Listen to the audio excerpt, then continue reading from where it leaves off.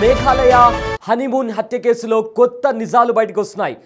ఇప్పటికే పోలీసులు సోనం రఘువంశిని కూడా విచారించారు. అయితే ఈ విచారణలో సోనం రఘువంశి కొన్ని సంచలనమైన నిజాలు బయటపెట్టింది. అయితే ఇంతవరకు మనకు రఘువంశిని హత్య చేసింది సోనం రఘువంశి తన భార్య అంటూ కూడా మనందరికీ తెలుసు. ఏ రకంగా తను హత్యకు ప్లాన్ చేసిందో ఇదంతా కూడా తెలుసు. కానీ సోనం రఘువంశి ఎలా తప్పించుకోవాలనుకుంది, అసలు ఇండోర్ వరకు ఎలా వెళ్ళింది, తన ప్రియుడిని ఎలా కలుసుకుంది, ఇలాంటి సంచలనమైన నిజాలు ఇప్పుడు బయటకు వస్తున్నాయి. పోలీసు విచారణలో సోనం కూడా తాను ఇండోర్కి వెళ్ళిన తర్వాత తన ప్రియుడిని ఎలా కలిసింది, ఆ తర్వాత వాళ్ళిద్దరూ ఎక్కడికో పారిపోవాలనుకున్నారు, ఇలాంటి ఎన్నో కీలకమైన సమాచారాన్ని కూడా పోలీసుల ముందర బయటపెట్టింది సోనం రఘువంశి. అయితే ఇప్పుడు మీకు ఆ విషయాల గురించే చెప్పబోతున్నాను. హనీమూన్ హత్య కేసులో ఇవాళ మరికొన్ని సంచలనమైన నిజాలు బయటకు వస్తున్నాయి. అయితే మేఘాలయ టు గాజీపూర్ ఈ స్టోరీ పైన అసలు ఏం జరిగింది, దీనికి సంబంధించి ప్రతి ఒక్క చిన్న డీటెయిల్ని కూడా సోనం రఘువంశి పోలీసుల ముందర చెప్పడం జరిగింది. అయితే హత్య తర్వాత ఇండోర్కు వచ్చింది సోనం. ఆ తర్వాత ప్రియుడితో కలిసి ఒక రూమ్లో కూడా వాళ్ళిద్దరూ ఒక రోజంతా కూడా ఏకాంతంగా గడిపారు. అక్కడి నుంచి ఎక్కడికైనా పారిపోయేందుకు కూడా వాళ్ళిద్దరూ ప్లాన్ చేశారు. అయితే ఇందులో భాగంగా ఉత్తరప్రదేశ్ గాజీపూర్ వెళ్ళి సోనం తనను ఎవరో కిడ్నాప్ చేశారు అంటూ కూడా, గాజీపూర్లో తనను కిడ్నాప్ చేసి తనను అక్కడ వదిలిపెట్టి వెళ్ళిపోయారంటూ కూడా ఒక కొత్త నాటకాన్ని తెరపైకి తెచ్చింది. ఆ తర్వాత మే 25 నుంచి 27 మధ్య రైలులో ఇండోర్కి వచ్చింది సోనం. దాని తర్వాత దేవాస్ గేట్లోని ఒక రెంట్ రూమ్లో ఉన్నట్లు కూడా పోలీసులకు సమాచారం అందింది. లాహోర్లో లవర్ ఎవరైతే తన బాయ్ ఫ్రెండ్ తన లవర్ ఉన్నాడో రాజ్ కుష్వాతో కూడా రూమ్లో ఒక రోజంతా గడిపింది సోనం. ఆ తర్వాత అక్కడి నుంచి గాజీపూర్కు ఎందుకు వెళ్ళింది అనే దానిపైన కూడా పోలీసులకు ఫుల్ క్లారిటీ ఇచ్చింది సోనం. అయితే దీనికి సంబంధించి కూడా పోలీసులు కూడా ఒక నివేదికని వెల్లడించారు. కేసును తప్పుదోవ పట్టించేందుకు కూడా సోనం ఈ కిడ్నాప్ నాటకాన్ని కూడా తెరపైకి తెచ్చినట్లు తాను పోలీసుల విచారణలో కూడా చాలా స్పష్టంగా ఒప్పుకుంది సోనం. ఆ తర్వాత భర్తను హత్య చేసేటప్పుడు తాను స్పాట్లోనే ఉన్నానని, ఆ హత్య చేసేటప్పుడు తాను కూడా నిందితులకు ఎలా చంపాలో కూడా తానే చెప్పినట్లు కూడా సోనం పోలీసుల విచారణలో వెల్లడించినట్లు కూడా ఇప్పటికే సమాచారం వస్తుంది. అయితే ఆ తర్వాత ఆ హత్య జరిగిన తర్వాత తాను ఇండోర్కి ఎలా వెళ్ళింది, తన ప్రియుడిని కలిసింది, ఆ తర్వాత ఇండోర్ నుంచి గాజీపూర్కి వచ్చింది. గాజీపూర్లో ఈ కేసును తప్పుదోవ పట్టించడానికి తనను ఎవరో కిడ్నాప్ చేశారు, మత్తు పదార్థాలు ఇచ్చి తనను ఎవరో కిడ్నాప్ చేశారు. కిడ్నాప్ చేసిన తర్వాత గాజీపూర్లోని ఒక డాబా దగ్గర తనను వదిలేసి వెళ్ళిపోయారు అంటూ కూడా ఒక కిడ్నాప్ స్టోరీని అల్లింది సోనం. ఈ రేంజ్లో తాను ఒక పక్కా ప్లాన్తో పకడ్బందీతో ఆ కేసును తప్పుదో పట్టించేలా ప్రతి చిన్న డీటెయిల్ని కూడా సోనం ప్లాన్ చేసి పక్కా ప్లాన్తో కూడా ఈ మర్డర్కి ఒక స్కెచ్, ఒక రక్త చరిత్ర లాంటి స్టోరీని రాసింది సోనం రఘువంశి. ఆ తర్వాత ప్రతి చిన్న విషయాన్ని కూడా ఎక్కడ దొరకకుండా, తన పేరు కూడా ఎక్కడ ప్రస్తావన రాకుండా చాలా ప్లాన్గా తను ఆ మర్డర్ని ఎగ్జిక్యూట్ చేసిన తర్వాత ఇందాక నేను చెప్పినట్లు 23వ తేదీ ఆ మర్డర్ జరిగింది. ఆ తర్వాత తాను ఇండోర్కి వచ్చింది. సో ఇండోర్లో కూడా ఒక రోజంతా వాళ్ళు ఏకాంతంగా గడిపారు. ఆ తర్వాత గాజీపూర్కి వచ్చింది. గాజీపూర్లో కిడ్నాప్ స్టోరీని బయటికి తెచ్చింది. అయితే ఇదంతా నడిచిన తర్వాత కేసు తప్పుదోవ పట్టిన తర్వాత కూడా ఇక్కడ పోలీసులకు వచ్చిన అనుమానం ఏంటి అంటే, సోషల్ మీడియాలో రాజా రఘువంశీ చేసిన ఒక పోస్ట్. సోషల్ మీడియాలో రాజా రఘువంశీ పేరు మీద ఉన్న అకౌంట్లో సోనమే ఒక పోస్ట్ చేసింది. వాళ్ళ ఫోటోని పెట్టి మాది జన్మజన్మల అనుబద్ధం అని చెప్తూ కూడా ఒక క్యాప్షన్ రాసి ఆ మర్డర్ అయిన తర్వాత సోనం రఘువంశీ ఒక పోస్ట్ని పెట్టింది. అక్కడ పోలీసులకు అనుమానం వచ్చింది. అయితే ఇన్ని రోజులు హనీమూన్ 20వ తేదీ హనీమూన్కి వెళ్తే, మే 20వ తేదీ హనీమూన్కి వెళ్తే ఆ రోజు నుంచి 23వ తేదీ వరకు కూడా ఎక్కడా కూడా ఎలాంటి పోస్ట్ పెట్టలేదు. కానీ సడన్గా ఒక పోస్ట్ ఎలా వచ్చింది అనే కోణంలో కూడా దర్యాప్తు చేశారు పోలీసులు. అక్కడే సోనం రఘువంశీ పోలీసులకు దొరికిపోయింది. ఆ తర్వాత ఏదైతే వెపన్ దొరికిందో ఆ వెపన్ కూడా ఆన్లైన్లో ఆర్డర్ చేసింది సోనం రఘువంశీ. భర్త పక్కనే ఉండి కూడా ఆ వెపన్ని ఆర్డర్ చేసింది, భర్తకు ఎలాంటి అనుమానం రాకుండా. అండ్ ఆల్సో ఒకటి సోషల్ మీడియా పోస్ట్, ఇంకొకటి ఆన్లైన్లో ఆర్డర్ చేసిన కత్తి. దాని తర్వాత పోలీసులు ఎవరైతే నిందితులు ఉన్నారో వాళ్ళ call data and also Sonam call data, వీళ్ళిద్దరు కాల్ డేటాని కూడా పరిశీలించి వీళ్ళిద్దరు లొకేషన్ ఒకటే స్పాట్లో ఒకటే లొకేషన్లో కనిపించడంతో ఎస్ ఇక్కడ ఏదో తేడా జరుగుతుంది, ఖచ్చితంగా ఇందులో సోనం కూడా ఇన్వాల్వ్ అయి ఉందని కూడా ఈ విచారణని ఇంకాస్త డీప్గా ఇన్వెస్టిగేషన్ చేశారు పోలీసులు. కట్ చేస్తే ఎస్ ఆ మర్డర్లో కూడా సోనం ఇన్వాల్వ్ అయి ఉంది అండ్ నిందితులకు సుపారీ ఇచ్చింది. 1 కాదు 2 కాదు, అక్షరాల 20 లక్షల రూపాయలు సుపారీ ఇచ్చి తన భర్తను హత్య చేయించింది సోనం రఘువంశీ.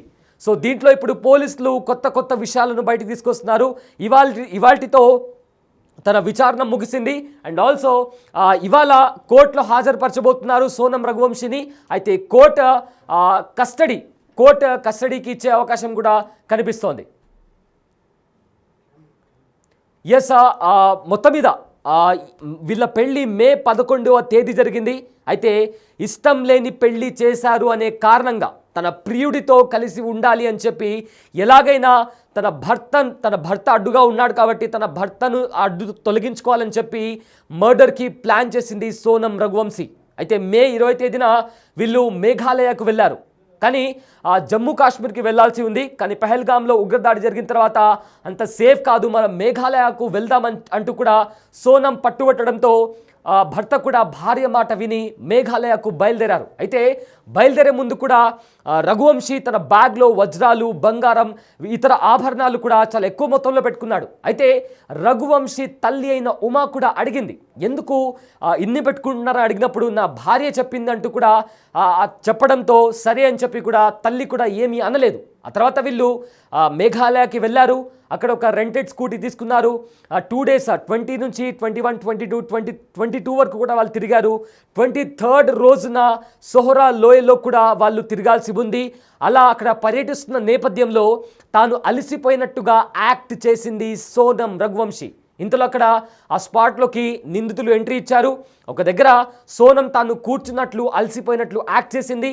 ఇంతలో సోనంని దాటి నిందితులు రఘువంశీ దగ్గరికి వెళ్ళి అతన్ని వాళ్ళ దగ్గర ఉన్న వెపన్తో కూడా అతన్ని రాజా రఘువంశీని కూడా హతమార్చారు నిందితులు. దాని తర్వాత లోయలో పడేసేటప్పుడు కూడా తన చేతులతో తానే నిందితులకు హెల్ప్ చేసి రాజా రఘువంశీ మృతదేహాన్ని కూడా లోయలో పాడేయడానికి కూడా సహకరించింది సోనం రఘువంశీ.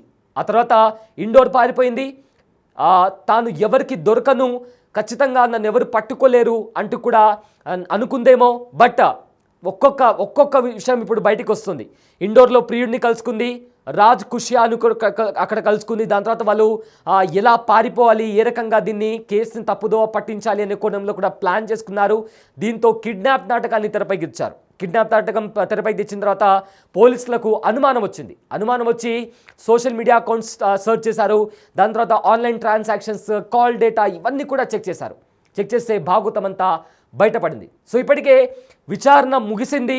ఇవాళ కోర్టు ముందర హాజరుపరచబోతున్నారు పోలీసులు. సో కోర్టు రిమాండ్ విధించే పోలీస్ కస్టడీకి అనుమతినిచ్చే అవకాశం కూడా కనిపిస్తుంది. దాని తర్వాత కూడా ఇంకా ఎలాంటి నిజాలు దాగి ఉన్నాయి, అసలు సోనమ్మ ఎప్పటి నుంచి ప్లాన్ చేస్తుంది, ఎలా ఈ నిందితులను ఎవరైతే సుపారీ గ్యాంగ్ ఉన్నారో వాళ్ళని ఎలా కలిసింది, సుపారీ గ్యాంగ్కి అదేవిధంగా సోనంకి మధ్య ఎవరైనా ఇతర వ్యక్తులు కూడా ఉన్నారనే కోణంలో కూడా ఇంకా కొత్త విషయాలు కూడా బయటికి వచ్చే అవకాశం కూడా ఉంది.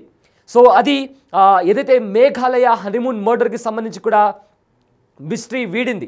ఒక కొత్త జంట మేఘాలయకి వెళ్ళారు. అయితే అతి దారుణమైన స్థితిలో భర్త మృతదేహం లభ్యమైంది. ఎవరో కొట్టి చంపేశారు. పాపం భార్య ఆచూకీ తెలియట్లేదు. ఎలాగైనా ఈ ఇద్దరు నవదంపతులకు న్యాయం జరగాలి అంటూ కూడా చాలామంది కూడా సోషల్ మీడియాలో పోస్ట్ చేశారు.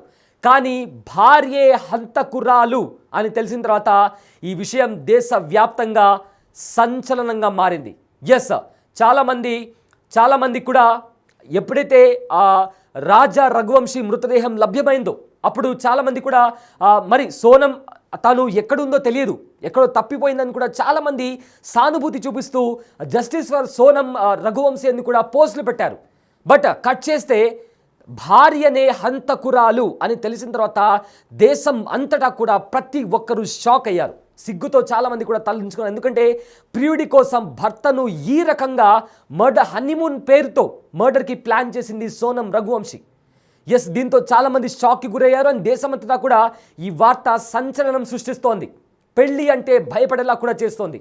ఈ మధ్యకాలంలో మనం చాలా కేసెస్ చూసాం. ప్రియుడి కోసం భర్తను చంపేయడం, ప్రియురాలి కోసం భార్యను చంపేయడం, ఇలాంటి కేసెస్ కూడా తరచుగా చాలా ఎక్కువ మొత్తంలో జరుగుతున్నాయి. So present Sonam Raghuvanshi case కూడా సంచలనం సృష్టిస్తోంది. ఇవాల్టితో విచారణ ముగిసింది. అయితే ఇవాళ కోర్టు కూడా కస్టడీకి ఇచ్చే అవకాశం కూడా కనిపిస్తుంది. సో మొత్తం మీద తను ప్లాన్ చేసిన ప్రకారంగా కూడా మర్డర్ని ఎగ్జిక్యూట్ చేసినా కూడా ఎట్టకేలకు తాను చేసిన చిన్న చిన్న తప్పుల కారణంగా సోనం రఘువంశీ దొరికిపోయింది. అయితే తన మోటో ఏంటి, తన లక్ష్యం ఏంటి? తన ప్రియుడితో కలిసి బతకడం. కానీ దాని కారణంగా ఒక అమాయకుడిని, తన భర్తని తను నమ్మి తనతో 100 ఏళ్ళు బతకాలనుకున్న తన భర్తని కూడా చంపేసింది సోనం రఘువంశీ. ఇప్పుడు ఏమైంది? తన లక్ష్యం నెరవేరిందా? నో, జైల్లో ఉండాల్సిన పరిస్థితి. అయితే సోనంకు కఠిన శిక్ష కూడా పడుతుందంటూ కూడా ఇప్పటికే చాలామంది న్యాయ నిపుణులు కూడా చెప్తున్నారు. ఇప్పుడు జైల్లో చిప్పకుడు తినాల్సినటువంటి పరిస్థితి సోనంకు ఏర్పడింది. సో ఈ విధంగా ఇలాంటి క్రిమినల్ మైండ్ సెట్ ఉంటే మేము చట్టాన్ని నుంచి తప్పించుకుంటామంటే అది ఖచ్చితంగా తప్పు. ఏ ఒక్కరు కూడా ఆ చట్టాన్ని నుంచి తప్పించుకోలేరు. ఖచ్చితంగా ప్రతి ఒక్కరు తప్పు చేసిన వారి ప్రతి ఒక్కరికి కూడా ఆ శిక్ష పడుతుంది అనే దానికి సోనం రఘువంశీ చేసిన ఈ మర్డర్ ఒక క్లాసిక్ ఎగ్జాంపుల్గా కూడా చెప్పుకోవచ్చు.